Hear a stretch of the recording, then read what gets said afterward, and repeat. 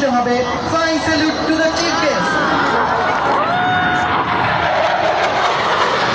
মাননীয় প্রধান উপদেষ্টাকে ফ্লাইং স্যালুট প্রদর্শনের জন্য এগিয়ে আসছে মিগ 29 যুদ্ধ বিমান। প্রথাগতভাবে একে নাইট ম্যানোভার বলা হয়। সুধীমণ্ডলী, প্রদর্শিত হবে flying salute to the chief guest.